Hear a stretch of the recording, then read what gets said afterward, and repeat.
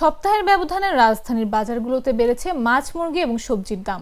শুক্রবার রাজধানীর বিভিন্ন বাজার ঘুরে দেখা যায় প্রতি কেজি ব্রয়লার মুরগি বিক্রি হচ্ছে 155 থেকে 160 টাকায়, যা গত সপ্তাহে ছিল 150 থেকে 155 টাকা।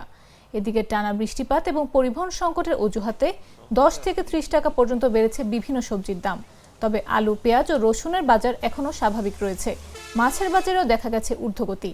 ব্যবসায়ীরা জানান, বর্ষার কারণে নদী ও খালবিল থেকে মাছের যোগান এবছর অনেকটাই কমেছে। ফলে প্রায় মাছের কেজি প্রতি 20 থেকে 30 টাকা পর্যন্ত দাম বেড়েছে। এদিকে ক্রেতারা বলছেন, প্রতিদিনের খাবারে এখন লাগাম ছাড়া খরচ গুনতে হচ্ছে। তবে বিক্রেতারা বলছেন, প্রাকৃতিক কারণে এ বাড়তি মূল্য, এতে তাদের হাত নেই। ঈদের আগে একটু কম ছিল, এখন একটু বেশি আর কি, সময় একটু বেশি লাগতেছে। এখন 60 টাকা, কিন্তু তখন 40-50 টাকা পাওয়া গেছে। ভেন্ডি 20 টাকা ছিল, এখন 30 টাকা 40 টাকা। পেঁপে ছিল হলো 20 টাকা, এখন 30 টাকা। আলু বেচতেছি 25 টাকা কেজি। পেঁয়াজ আছে আপনার হলো 3 পদের 45, 55, 60, একদম ভালোটা 60 টাকা। ইয়ার দাম বাড়ছে, আদার দাম একটু বাড়ছে। পাঙ্গাস 160 টাকা কেজি, তেলাপিয়া 200 টাকা কেজি, ব্রিগেড আছে বড় ব্রিগেড 6 কেজি ওজন, এটা 300 টাকা কেজি, আর রুই মাছ বেচতেছি 300।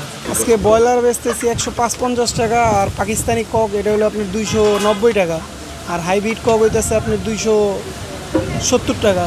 লাল লেয়ার মুরগি আছে, ওইটা বিক্রি করতেছি 300, 295। এই সপ্তাহে একটু বেশি, গত সপ্তাহে 150 টাকা বেচছি, এই সপ্তাহে 5 টাকা বাড়তি।